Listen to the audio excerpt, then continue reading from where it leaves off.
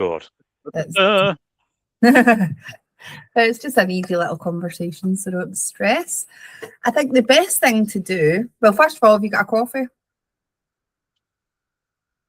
Smashing. Cheers. May contain sarcasm. How do you take your coffee?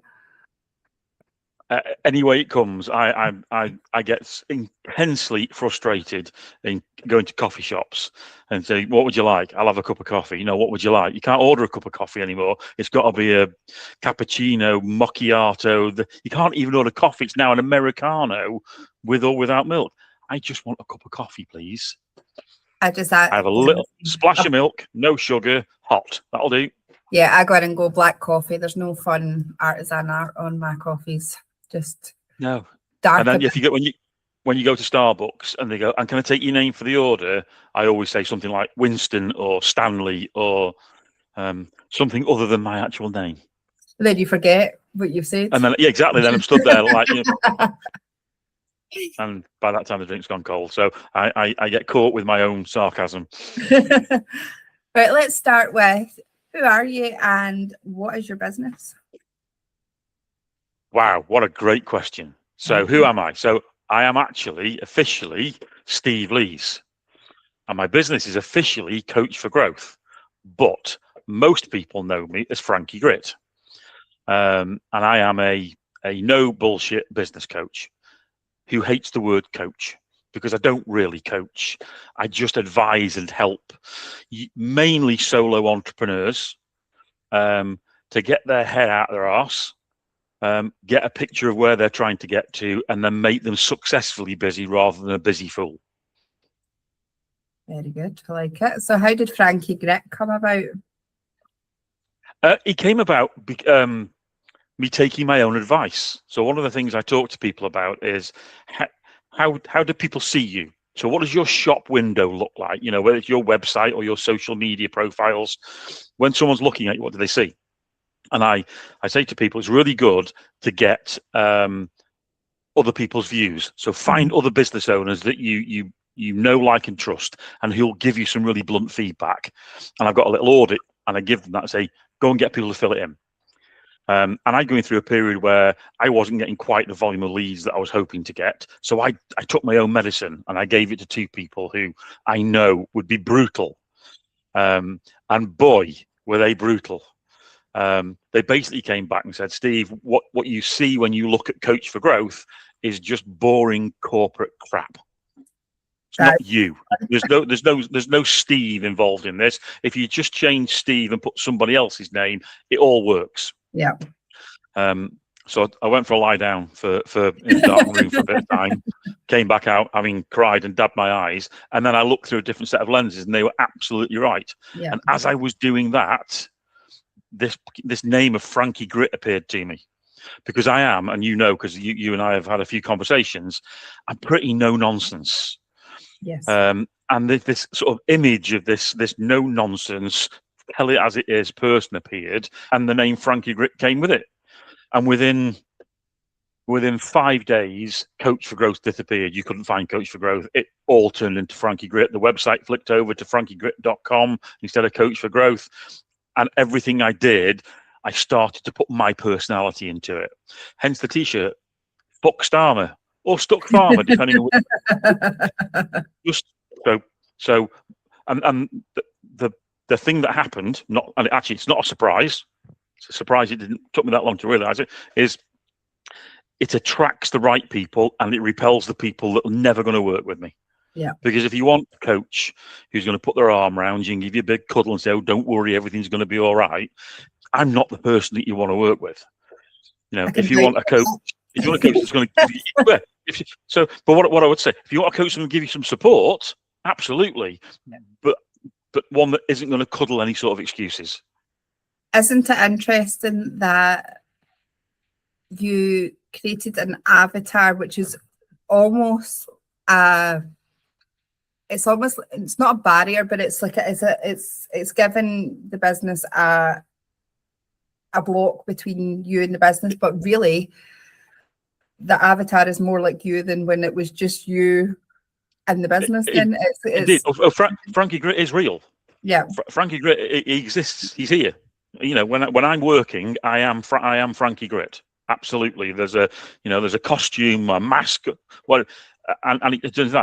he's a really good gatekeeper, because everything I do, I say it pisses a fair number of people off, and and I don't want to upset people, but if they get upset by what I say on social media and when they listen to me, then I'm definitely not the right person for them to work on a one-to-one basis.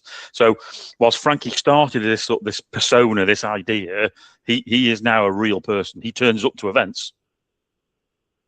That I just think it's such a good idea, and it's such it does make you stand out in the market so much. When, as a marketer, when I look at the socials and things like that, you can tell yours a mile away, and it does stand out. So it's been a brilliant idea, brilliant creation. It's also worked. Mm-hmm. My business, in terms of volume of customers coming into my Get Shit Done program, has just steadily increased, and it coincided almost not immediately, but fairly shortly after Frankie appeared on the scene. So it worked. It stands me out from the crowd, and visibility is really important. How long have you been doing the? I'm going to say coaching, even though we've established it's not. But how long have you been doing coaching? Well, I've been a solo entrepreneur since 2019, but the big chunk of that I acted as a inverted commas consultant. I left the C-suite in corporate world and went out into consultancy, which is what lots of people do. I became a coach at the start of 2024, coinciding with the time that I moved to Scotland. I left corporate. I left consultancy, and I became a certified coach, and then I went on a networking spree, because we moved to Scotland, didn't know anybody. We weren't come back to family or friends. We literally didn't know anybody. So starting a business when you don't know anybody's not the best thing. So I turned into a networking junkie. So if there was a group of more than 3 business owners that were getting together in Scotland, you'd find me there. And I just learnt the craft. And it's the interesting thing for me, Emma, is I thought that I would coach chief execs of businesses that were turning 5 million quid over, because that's what I'd been. And when I was consulting, that's what I was consulting on. And I still have some customers like that. Only a couple now, but that year's worth of networking going around places like RBC and a bit of BNI and all the rest of them, I realized that actually my sweet spot are talking to solo entrepreneurs who've started, their passion, their skill has got them so far, and then they hit a brick wall and go, well, this ain't good enough. Yeah. What do I do? And I resonate in that marketplace with the right people to be able to then give them the skills they need to become a professional business person, and then kick them up the arse to make sure they go and do it. Yeah, so you've taken all the skills that you've had, and then you're helping people who, because when you enter into the business world, you're so focused on your own of what you've been working on. So for example, I've been in marketing since I came out the womb, but like from that point of view, that's all you know. So exactly, you're a great marketeer, because I know, because I've worked with you on it, and you've done some work for me as well. But being really good at marketing doesn't make you a professional business person. As everyone finds out the hard way, there is just a set of things that you've also got to be good at. Yeah. Or actually being the best marketing person in the world isn't going to make your business successful. But where do you learn that? They don't teach you at school how to run a business. You can go and get yourself an MBA if you want to. And I'm not knocking MBAs, because actually I think they're quite powerful. But they don't tell a small business owner how to run a business. Yeah. There are just core things you've got to be good at.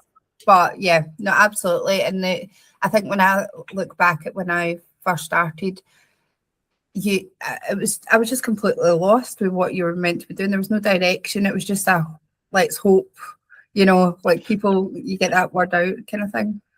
You do, and there's 2 things that are that. So hope isn't a strategy, and that's what people think. But the other thing is, I have yet to meet a solo entrepreneur who's got themselves going, who doesn't work hard.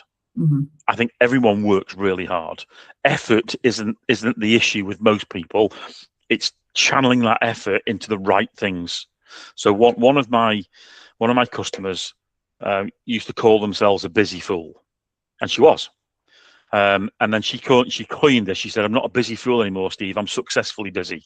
Mm-hmm. And I thought, actually, I like that. That's a nice way of describing it, because she was working hard before. She's not working any harder, but she's still working hard. She's just doing the right stuff. Yeah. And guess what? Her business is doing that. And running a business, Emmett, isn't complicated. We as human beings find lots of ways to make it complicated, but it isn't complicated. It's bloody hard. Don't get me wrong. I'm not saying it's easy, but you don't have to be a brain surgeon or a rocket scientist to run a business. But you do just need to understand those half a dozen things you've got to be good at, and everyone can be good at them. What are the parts that you seem to find that most people are burying their heads with? So I think for me, there's two things that I think cut through everything. The first one is, if you ask most solo entrepreneurs, where is it that you're trying to get to? They don't know. Mm-hmm. They have no destination picture in their head. And the problem when you don't have a destination picture is that you might end up with a really great journey, but you're probably going to end up somewhere that you're unexpected. Yeah. So I use the sat nav analogy, like, so give yourself a really clear point of, where do I want to get to? And it's not where your business needs to get to, it's where you need to get to. So what does your ideal life look like? If you get a real clear picture of your ideal life, the beauty is you can take two things from that picture. And it's, how much money does your business need to give you so that you can live that ideal life? And how much time does your business need to give you so you can enjoy that life? And when you've got those two things in your business, all of a sudden your business has got really clear goals of where to get to. So that's number one for me. It's always the point. Remind you, if you most people had a destination and they've just kind of forgotten because running a business crap gets in the way. Yep. So remind yourself where it is. So that's absolutely number one. The second thing that I think a lot of business owners are just bad at is knowing their numbers. It's business is just a numbers game. Part. And it's ostrich syndrome. It's burying your head in the sand. Well, I don't want to look at the numbers because I'm worried about what the numbers will tell me. Mm-hmm. Well, if you don't look at the numbers, your business will collapse. Where you might not enjoy looking at your numbers when you first start doing it, because it might not give you the picture that you really want. Everything's rosy. But when you know exactly where you stand from a numbers perspective, you make more intelligent decisions about how to get out of wherever you are. And I don't just mean the financial numbers, but you absolutely should know those. But it's numbers like, how many leads do I need for every client that comes on board? What does my funnel look like? So, I've been doing this a little while now. So I know if I can put 10 qualified leads into the top of my sales funnel, I'll get one client. Yeah. So I know it goes 10 leads, 3 prospects, 1 client. And it's been like that for a long time now. So I know that. So if I measure the right things, if I'm not putting enough leads in, I shouldn't be surprised that I don't get enough clients at the bottom of it. So be clear where you want to get to. You as a human being, use that to give your business absolute clarity on what it needs to do for you, because that's all it's there. It's only there to allow you to live your ideal life. It doesn't exist for any other reason. It just doesn't. And then when you're in there, understand the really key business numbers that means you make better decisions. And there's a few other things, but those two things I think are the ones they're the reoccurring things that crop up. That when you say to people, "So how much did you turn over last month?" They have to start disappearing off and going, well, I think it might be, no, know the number. How many new leads did you put into your funnel? Something that I remember at the beginning working with you was when you asked me, I think you even asked me how many clients I've got, and I was like, yes, you have to go to your whiteboard and start adding up. let me just add, and it's, I think people just get so wrapped up in the here and now of what am I doing, that not having that forward vision of. It's not my phrase. I nicked it off somebody else, but people get stuck in the weeds. Yeah. And then all you can see are the weeds. you can't get your head high enough above the weeds to be able to see the bigger picture. And as soon as you get stuck in the weeds, you start making short-term bad choices. Who coaches you? Does Frankie coach you when you get into a funk with things? Do you have a moment of? No, that's a really good question. So I have my own coach. Well, not publicise them. Don't go to them. Go to Steve. Well, yeah. Well, he doesn't practice anymore, so he's a person I've known for a long time. But it's all. Do you do that? He was never accountability kind of side of things then? Yes. So I mean, he was never a coach. He was a person I met in corporate life and then retired. But he's one of those people that he's always got a really good different view on things. So I have regular conversations with him where he asks me really bloody awkward questions. And he stops me from, that, oh, everything's really crap and this isn't working and that. And I'm just a solo entrepreneur. I'm no different than the people that I help, other than I perhaps have a bit more of awareness of what works. I need to have that conversation with this guy, and he kicks me hard. He's one of the people I gave the audit to say, and where Frankie Grit came up from, and he was scathing about what my business looked like beforehand. So you don't have to pay for a coach, which is a really strange thing for someone who's in coaching to say, but what you need is a support group of people around you. Not a lot, just a small group of people who have been business owners or who are business owners, because Jimmy down the pub will have loads of ideas and thoughts about what you should do, but if he's never been his own business owner, he doesn't know. Yeah. Small that you can then bounce ideas off. Someone that you can vent at, someone that you can cry on their shoulder if you need to, someone you can just have conversations with, because when you do that, it kind of recenters everything, and you go, right, okay, all right, I've stopped being sorry for myself now I'll start moving forward. Yeah, it is definitely about finding a circle of people or person that can help. That, me personally, my family and my friends are all employed. My family are all a line of teachers, so very secure, very, everything's they know where they're sitting, and because of that, when I hit the lows with the business, their automatic is find a job. That is, and it's always because it's what they know. It's that default position of, well, why are you taking this risk? You don't need to. Just go and find someone that'll give you a pay packet every month. Whereas I'm like, what? No, like, to me that's like saying, like, just, my dog peed in the carpet. Like, have you thought about giving him up? No, what? Like, that's just like, don't be mental. So I stopped talking to those people about the business, and when they ask how's business, I go, I fine, whether it is or not. I don't think anyone in my close proximity knows where I am, if I'm successful, if I'm not. They just know that I currently have the lights on, so must be paying the bills. They don't know the ins and outs. They don't need to, because you don't need that negativity. You do need to be surrounded by people that understand. And there's nothing better than somebody going, it's shit, right? And then go, oh, it's.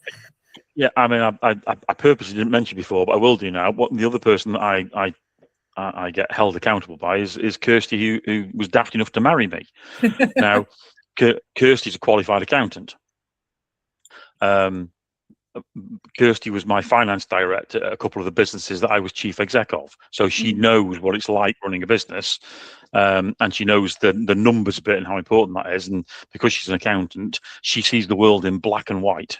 There is no grey with accountants. It's like right or wrong. And so I can have conversations with her, and again, I get just solid feedback.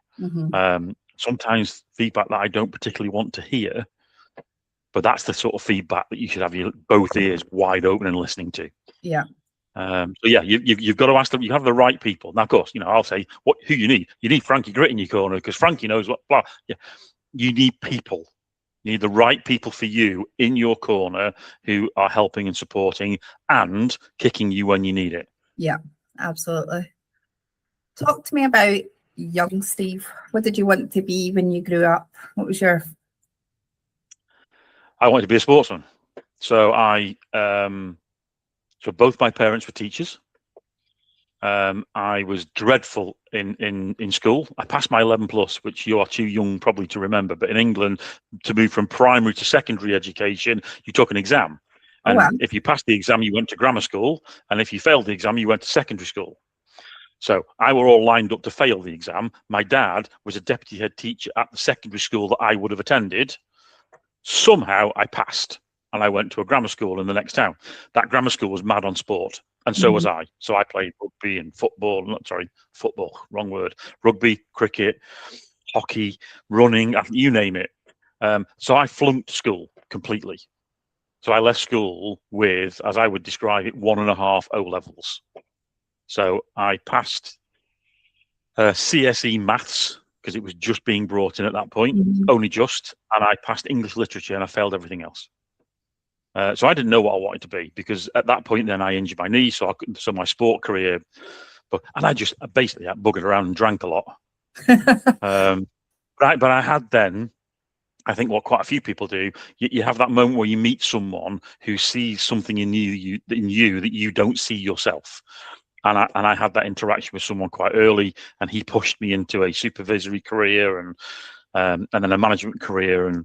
But I had no intention of running my own business. That was never on the cards. I was climbing up the greasy corporate pole, and I did, and I got to the top of it. I was chief exec of 3 different businesses.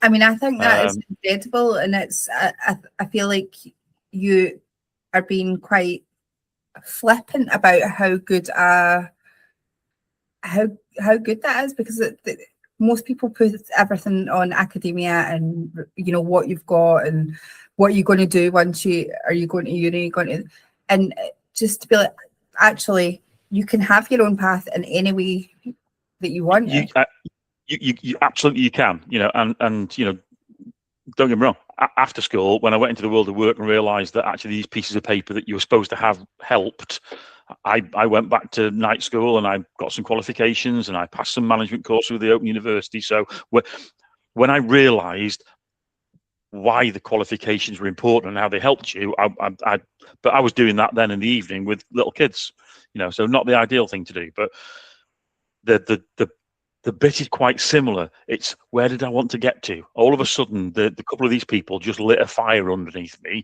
and I thought, actually, that's what I want to do. And I think when you've got that, when the why means enough, you'll knock any wall down that people put in front of you, because actually you want to get to where you want to get to. I was a partner of a top 50 UK law firm for a while. All right, big deal. What does that matter? I wasn't a lawyer.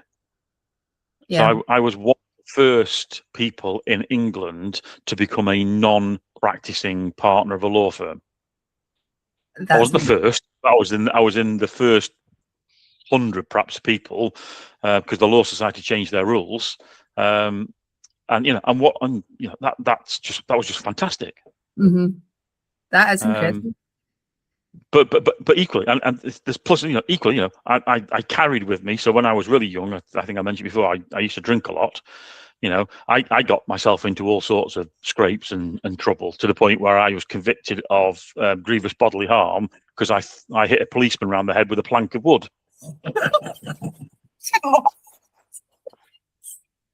I mean, to this day, I think it was an accident, and I'm not sure I was aiming at him, but it was in my hand, and so I was convicted of have you got to get your head in the way of my wood? What can you do? So but then the reason I say that is because you have to live with these things. That's it was a big mistake. I don't advocate anyone going and doing that. It was assault. It was sorry for laughing. But now it's funny. But you carry that with you. So that was when I was 17. I became a partner at the law firm when I was 37. And I had to disclose that conviction when I put my application in to become a partner, because with the Law Society, the Rehabilitation of Offenders Act doesn't count. So you carry these battle scars around with you, but they make you who you are. Yeah. I don't drink now. In fact, I think I'm pretty damn certain that I was probably an alcoholic, a functioning alcoholic. But I stopped, and I haven't drank for 21, 22 years. But it's what all the history and all the things that happen to you are what make you the person that you are. Absolutely. So don't try and pretend to be somebody else, because actually, if you take that back to business, that's what lots of business owners get wrong. They look at the marketplace and then they try and pretend to be what they think the market wants. Well, the market is generally bloody wrong, which is why most businesses are struggling. You have to be yourself. 100%. That's to me, it's all about authenticity, and that's why even with my own social media, when I put out videos, they're not rehearsed. They're not. You'll hear Pablo barking in the background. I stutter and forget my name. There's no point in me putting on this professionalism and then I meet up with someone and then I'm swearing like a sailor. You know, it's not the right person. I had the same issue again when I'd started the coaching business, thinking, right, okay, I need to do video content. I need to do little 2-minute videos of me to camera. So I would do that and I'd write a script and then I'd set everything up and I'd record. Oh no, don't lie, I've stumbled, it's not worked, I'll go back. And this 2-minute video would take me half a day. And it still wouldn't be very good. And then I had to sit myself down and go, right, Steve, back to being you again. Mm-hmm. So now if I do a video, my process is 10 minutes thinking about what I want to say, no script, just what's the subject matter. Yeah. Put your camera on my phone, press record, and what comes out of your gob is what goes online. Yeah. First take. Yeah. And if you go off a different tangent, and I think that's the message for me. These people that don't like being on camera, you're not doing it for you, so don't watch it. Yeah, I don't watch. You're doing it for other people. I hate seeing myself I don't even like things like this because I can see myself in the little picture of the screen down there. I don't like looking at myself and I don't like listening to myself. But you're not doing it for you. You're doing it for hopefully the other people that are consuming your content. When you talk about, you having this vision of where do you want to be and having that goal to be able to succeed, where do you want to be? What's your in your pipeline then? Great question. So I did it the wrong way around, but it's working. So I am very lucky to have met the person that I want to spend the rest of my life with. So that was important. We decided to move to Scotland. So our life was, as you know, I'm surrounded by dogs. So my kids are grown up now. There's just me and Kirsty. We've got 6 dogs. So we needed a house. We wanted quiet because, I'd be quite honest with you, not sure we really like people that much. You know, you can get peopled out really quick. So we wanted to live somewhere that was out in the country, somewhere that was big enough for the dogs. So, and we said, Scotland's the place. So we went hunting for a house. As I said before, my wife is an accountant, which meant our search criteria was based on a spreadsheet.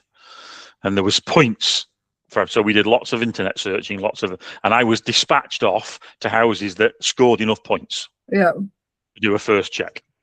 And we ended up coming into Dumfries and Galloway, which is now where I live, to see a different house. The house that we actually bought didn't score enough points so it wasn't on the list. So we're making a trip to Dumfries and Galloway. It's down the road from it. We might as well look. Mm-hmm. And we both got to the bottom of this. So we had a big old farmhouse. We got to the bottom drive of this farmhouse. I looked at Kirsty and she looked at me and we just said, this is it. We hadn't even been in the house. Yeah, you just did that feeling. To the point when we went in the house, Kirsty didn't even look around all the rooms because she'd already decided. So now the problem we had, this is why the wrong way around. The problem was we couldn't afford it. It was way, way outside the budget that we'd set ourselves. Mm-hmm. And when we looked at it, we said, we don't care. We're going to make it work. Yeah. So we inverted commas bought our ideal life actually before we knew exactly how the hell we were going to afford to pay for it. I'll give you one message. When you do that, you'll shift hell and earth to make sure that you earn what you need to earn in order to live it. Because the one thing you don't want to do is give it up. Yeah, absolutely. So we moved to that ideal life and then found a way of being able to maintain it.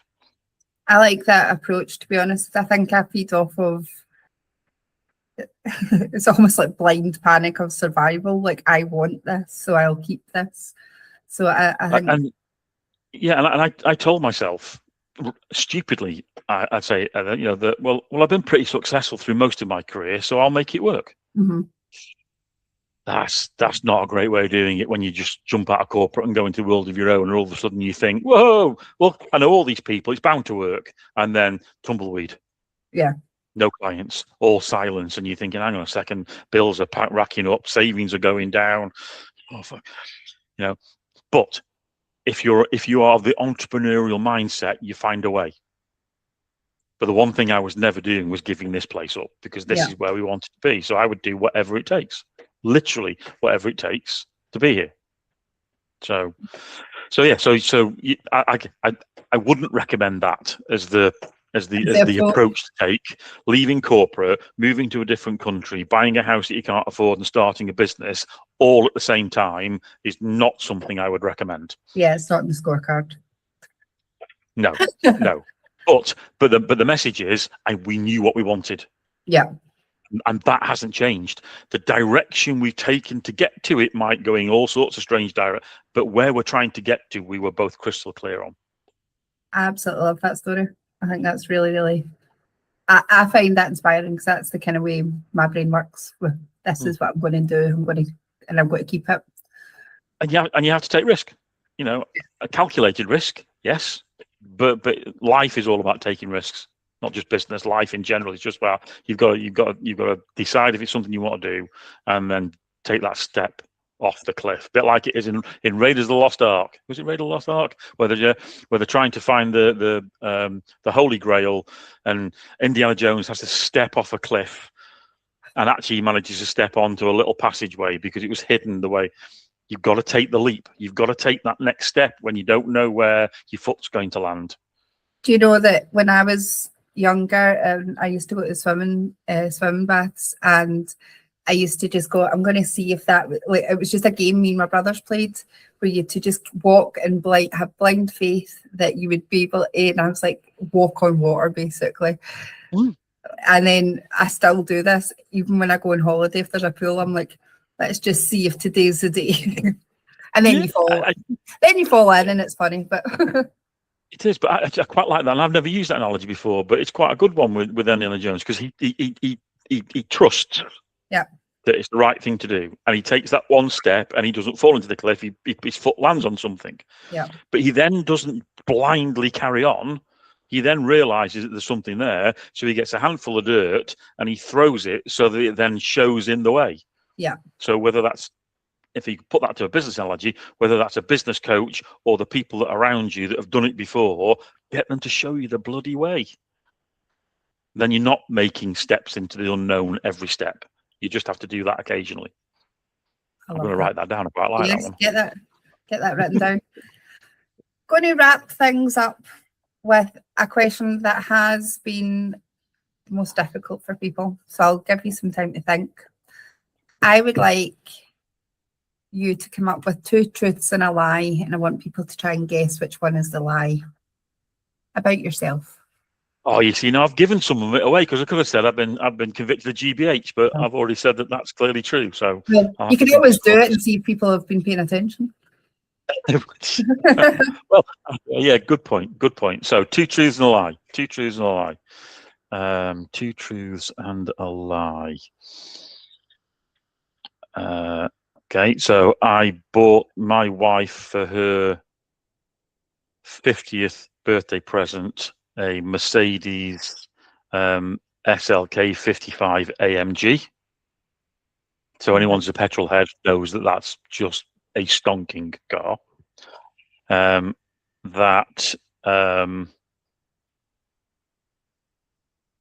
used to play the saxophone. Okay. And